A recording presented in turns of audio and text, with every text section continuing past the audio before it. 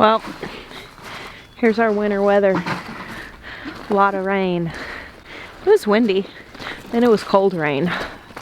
But it looks like we have escaped. You didn't get snowed in with me again. Yes. I got rained in. Yeah.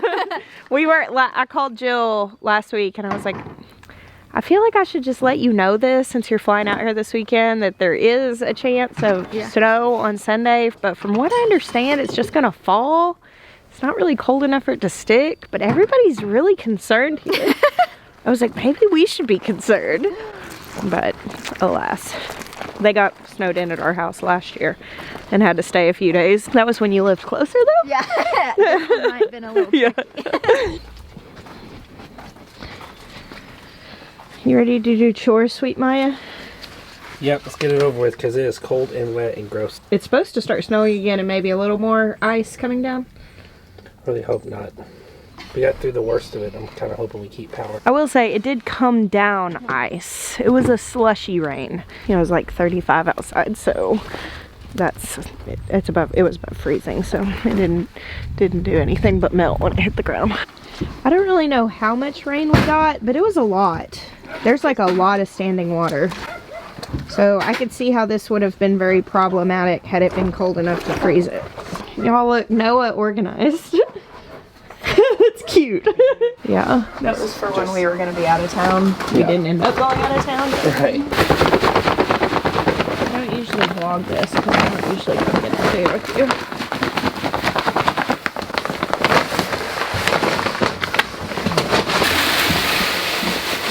Friends Jill and Nathan are here and their girls from Whispering Willow Farm in Arkansas, which is now at our old farm. We sold them our property when we moved to South Carolina.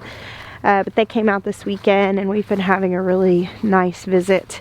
The animals getting fed a little bit late today, which is fine. They would not have wanted to come out in the sleet and eating their food earlier anyway. So they were all just tucked away in their nice warm shelters, and we were tucked away in our nice warm house. Here's where they cleared the woods out next to us.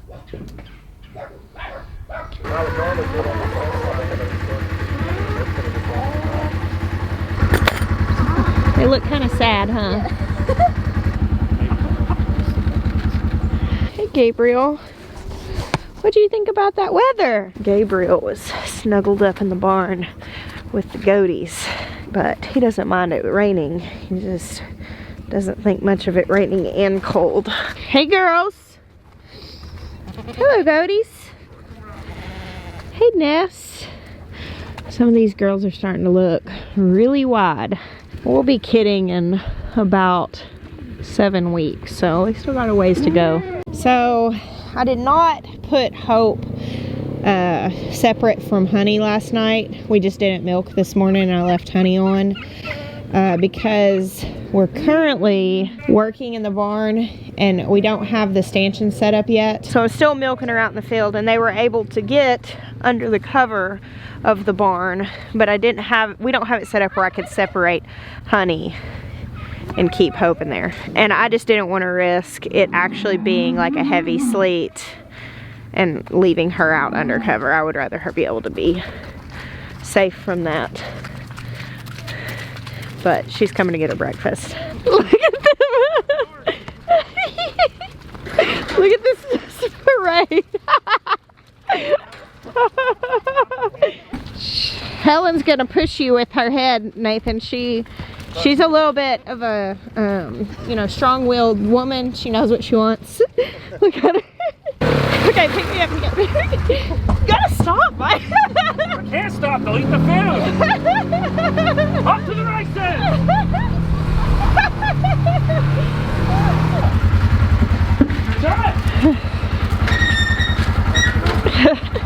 So when the feed is in the back of the Ranger, we have to move real fast because the goats will just grab hold of it and yeah, it's definitely a thing. So we're going backwards now? Yeah, you gotta go backwards to feed the turkeys. If you try and feed the turkeys before you feed the goats, then they all get in the trailer and they side by side and eat everything. Yeah. Now the turkeys. So the turkeys are currently in this little turkey jail. Oh, hey, look, an egg. Hey, Someone girl. laid. Come on. Oh. Maya, they're laying. Hey, here's poop. We need this.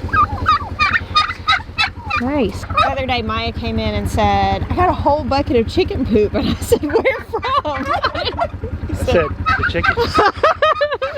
So yeah, we moved this. You can see the path it's taken all the way from down there. But that will help the grass grow significantly in the spring. We'll probably try to let the turkeys free range again in this field. But we, you know, not only were they getting out and trying to roost on my front porch, ate all the cabbages in my little garden. We also had 2 get killed by predators, so that was the other reason for putting them in this. And it's working out okay right now, but I'd like to give them more space. I like seeing them run around the field.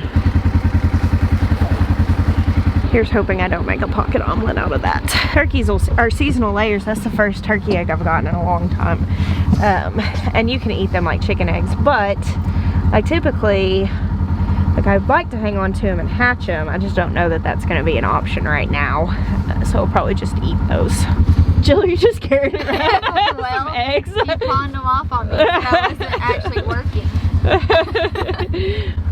Listen, it's not pawning it off, it's called delegating. That's a pretty little collection of I love eggs. those olive ones. Yeah, I think that's the whiting true green that's laying that. Oh my goodness. Ross Poldark, you bad boy. He was opening that with his mouth. Has he been opening that door? Well, I saw him in there yesterday, and I thought You thought I just didn't latch it? that, or someone saw that they were done eating and went in there and opened it, and he was just in there like cleaning Right. up, He's opening the door. which is another level of problem. Look at him. He knows. Yeah, he knows, but what he doesn't know is that we're trying to save his life. We're trying to keep you alive. You're You trying to can't kill eat yourself. that food. So we've learned that grain in male goats causes kidney stones, and kidney stones kills male goats. We've lost a couple of male goats because of it, and then we stopped feeding grain to them, and we have not lost any male goats since then. Don't eat that food, mister. Look at him all stoic. He's waiting for us to leave. Well, you're about to tear this down anyway, so you were about to find out a new system of feeding them anyway, right? Yep. He's gonna do it in front of us. He is. You freaking heifer. He is. He's gonna do it in front of us. I think they're done with the grain. He- Oh my word. Look at him.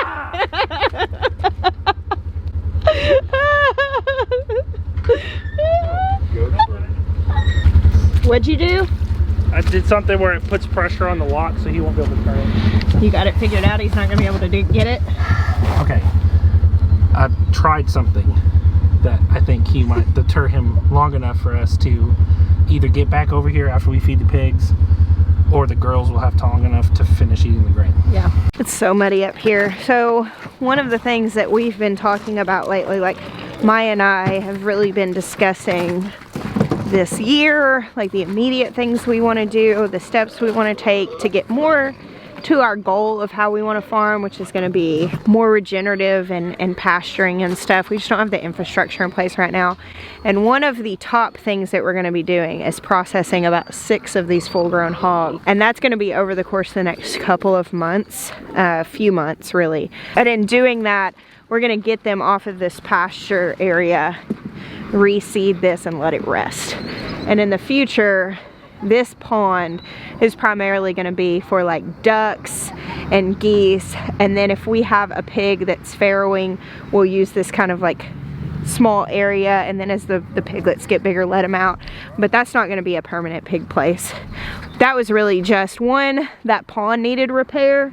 It was like seeping out around the edges, and I had read on some different permaculture groups how pigs will help seal a pond because they'll wallow around the edges and stuff. And they did. They fixed the problems in this pond, but I want to get them out of that area before they cause irreparable damage. Right now, it's definitely muddy in some areas, but we'll be able to reseed it. You know, we just don't want to make that the long-term thing. Next, check this out. So I told you guys that we had hired a block layer to come do this, and he's been working on it this week. But you can see here, he finished the retaining wall here and has started on the other one right here, and this is really, really exciting. So the next step here is to we're gonna put some layers down of cardboard to, you know, kind of cover up this grass, kind of flatten all this out, and then backfill this with the topsoil, which we collected here. And there's another big pile on the other side of the property, like where we harrowed the top layer of soil off to do the driveway, to do the workshop. We've kept all that topsoil because that's good soil. You can kind of see here what our soil line looks like. It's deeper in some areas around the farm, but we have several inches of really good topsoil before it turns into clay. And so where we've scraped that up, we've kept it. And that's what we're going to use to backfill this. And this is where the high tunnel will be. You know, we put the pigs here to prepare the ground, but realized after the fact that this was really out of grade. Kind of had one of those hard conversations of like, okay, do we want to move things around, prioritize doing this right on the front end, even though it's going to cost more financially and time wise, because I would have liked to put this high tunnel up earlier and maybe work on the soil, maybe be planting it by now, but it wasn't the smartest decision. So one of the things we're really trying to do on our farm is, where it's possible, take the extra steps to make sure things are done right for the long run. These high tunnels being level like this, definitely better for the long run. And we are now significantly closer to that. Isn't this just beautiful? So beautiful. He did such a wonderful job. We're just so happy with this. One thing we did realize, which we are having to account for, is that having, I mean, it's like almost 3 feet up on the back. It's just, you don't realize on a big space how out of grade something can be until you start doing this. But on the back, it's probably about 30 inches. So close to 3 feet back here. But Maya pointed out the fact that we had planned on putting a back door on these, and that with this being such a drop off, we probably aren't going to be using a back door. He started to trench the water line here. Yeah, just before getting all this stuff done. He hasn't finished it, but that's kind of a later project. It's these little things you hope you remember on the front end so you don't have trouble doing them later. What is this roof for? The pig houses? Well, technically they're not pig houses. I'm gonna build a couple for the goats. Oh, these just movable housing.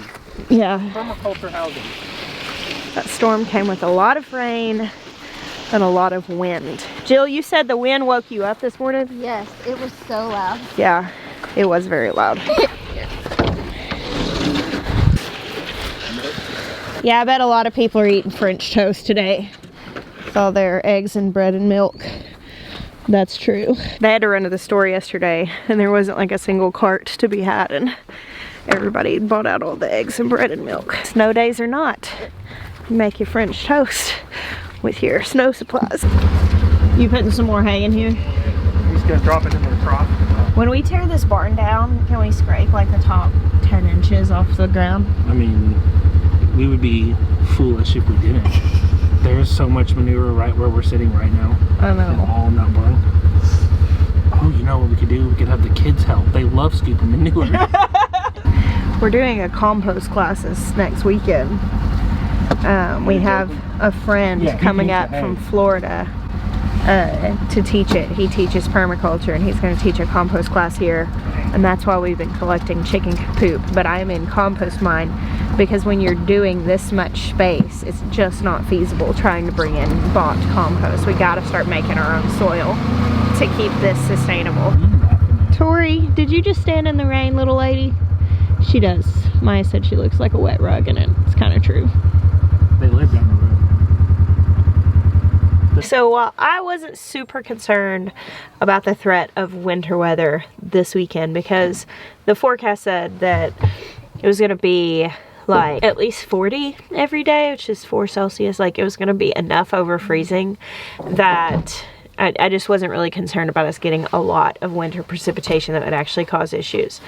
There is another storm front coming through next weekend, and that one I am a little bit concerned about. I'll probably be making some preparations just on the off chance that we lose power, because there is a good chance of precipitation. And next weekend it's supposed to drop down to like 20, which is negative like 7 Celsius, which means that last week when it got down to 25, like -3, and I said this is probably the coldest night we would have, I was wrong. It's definitely gonna be colder next weekend. That actually is a little concerning because the days are not supposed to be super warm. We might actually get precipitation that sticks, which we've discussed this recently, but I know for a lot of people who live where there's a lot of snow and ice regularly here, it is primarily we get more ice than snow, but there's just no infrastructure to deal with it. And so like, they can't get the roads clear and power goes out, they have a hard time getting it back up. And just things like the trees, they're not used to having ice, and so you get a lot of like broken branches, you get a lot of downed trees. I remember last year whenever that really bad winter weather came through the south and Texas got hit so bad, a lot of people's roofs caved in because they don't build houses to withstand snow in Texas because they usually don't get it. So hopefully that's not bad. That storm cell actually concerns me more. I wasn't concerned about this one. And while today is definitely a cool and gross and very saturated day, it really wasn't so bad for us. Hopefully the people who are north of us are faring as well. I know they're actually getting the cold weather and the snow and precipitation. What are you looking at, Maya? I'm looking at the drone footage from when we announced we were moving here. My dad just sent it to you. Mm-hmm. Lots changed, huh? Oh yeah. You kind of forget. Yeah. But like, it looks so different. I actually went back and looked at some of our videos from the summer the other day and was really amazed at the progress we've made. We've done good. Teamwork makes the dream work. Well done, sweet Maya. Well done. Alright guys, well, thank you for hanging out with us today. God bless you. Until next time.